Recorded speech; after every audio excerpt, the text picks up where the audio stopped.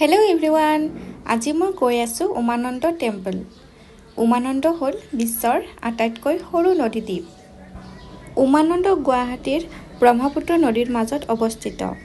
উমানন্দত বিখ্যাত উমানন্দ দেৱালয় আছে আৰু এইবাবে এই দ্বীপটোৰ নাম উমানন্দ হ'ল। এতিয়া মই আহি পালোঁ উমানন্দ ঘাট।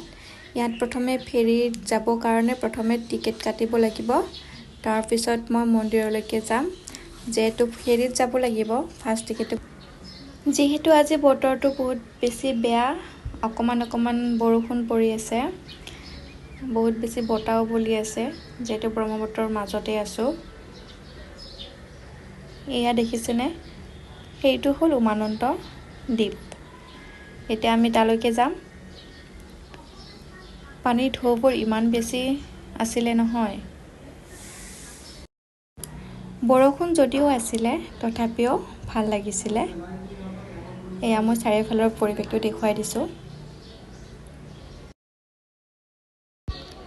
ব্ৰিটিছসকলে উমানন্দৰ আকৃতিৰ বাবে পিক আইলেণ্ড বা ময়ূৰ দ্বীপ বুলি কৈছিলে। প্ৰকৃত অৰ্থত উমানন্দৰ নাম উমা আৰু আনন্দ এই দুই শব্দৰে গঠিত। উমা হৈছে পাৰ্বতীৰ আন এটি নাম আৰু হিন্দু শাস্ত্ৰ মতে উমাৰ অৰ্থাৎ পাৰ্বতীৰ আনন্দৰ বাবে ভগৱান শিৱয়ে এই দ্বীপটো সৃষ্টি কৰিছিল।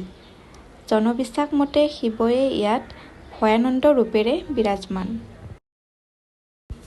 আৰু এনেকুৱা এটা পবিত্ৰ স্থানত যাব পাই মই নিজকে বহুত সুখী অনুভৱ কৰিছোঁ। আৰু এইফালে এখন নতুন ব্ৰিজ বনাই আছে। এই ব্ৰিজখনেৰে ডাইৰেক্ট উত্তৰ গুৱাহাটী যাব পাৰিব।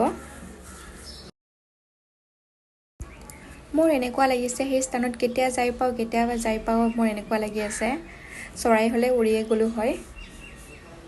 বহুত এক্সাইটেড হৈ আছোঁ মন্দিৰটো দৰ্শন কৰিবৰ কাৰণে। এতিয়া আমি গৈ আছোঁ, বেছি টাইম নালাগে আৰু। এয়া পামেই আৰু, বেছি টাইম নাই। এয়া ওপৰেদি ৰূপে গৈ আছে।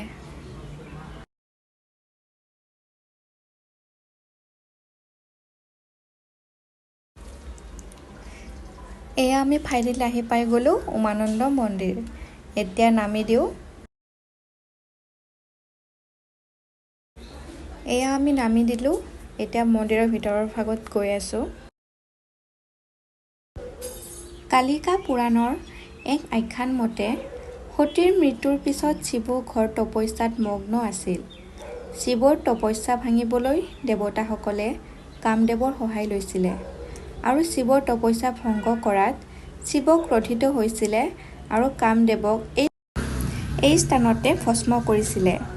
সেয়ে ইয়াৰ অন্য এক নাম হ'ল ভস্মাঞ্চল। প্ৰথমে মই চাকি ধূপখিনি লৈ ল'লোঁ।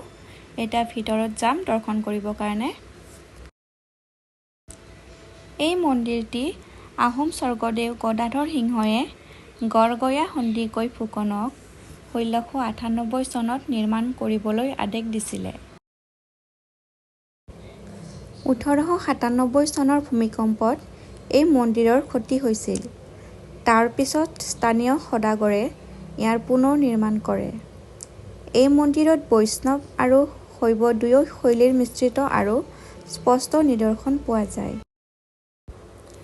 এই মন্দিৰত শিৱ, পাৰ্বতী, গণেশ, বিষ্ণু আদিৰ লগতে আন দেৱ-দেৱীৰো শিলৰ মূৰ্তি পোৱা গৈছে।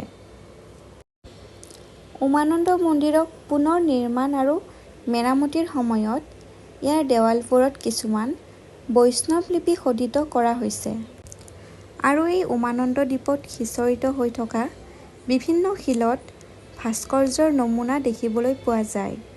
আৰু এই উমানন্দ দ্বীপত বিভিন্ন প্ৰজাতিৰ সোণালী বান্দৰ দেখিবলৈ পোৱা যায়। আৰু ফ্ৰেণ্ডছ, এই মন্দিৰৰ চাৰিওফালে তেঁতেলীৰ গছ বহুত আছে আৰু ইমান ধুনীয়াকৈ লাগিছে নহয়, মোৰতো দেখিয়ে জিভাৰ পানী পৰি গৈছে। উমানন্দ দেৱালয়ত প্ৰতি বছৰে ধুমধামেৰে মহাশিৱৰাত্ৰি পালন কৰা হয়। আৰু উমানন্দ আৰু ব্ৰহ্মপুত্ৰৰ পাৰত শিৱৰাত্ৰিৰ বাবে এখন মেলা বহে। ভগৱান শিৱৰ প্ৰতি উৎসৰ্গিত সোমবাৰ উমানন্দৰ বাবে পবিত্ৰ বাৰ। প্ৰতি অমাৱস্যা আৰু সোমবাৰে উমানন্দত দূৰ দূৰণিৰ পৰা ভক্তৰ সমাগম হয়। আৰু ময়ো আজি এই পবিত্ৰ স্থানটি দৰ্শন কৰিবলৈ পাই মনতে বহুত শান্তি অনুভৱ কৰিছোঁ। তো গাইজ, আজিৰ ভিডিঅ'টি ইমানেই আছিলে। আৰু এনেকুৱা ধৰণৰ ভিডিঅ' পাবৰ কাৰণে মোৰ চেনেলটি শ্বেয়াৰ এণ্ড ছাবস্ক্ৰাইব কৰি দিব। তো আজিৰ ভিডিঅ'টি ইমানেই আছিলে। Bye bye.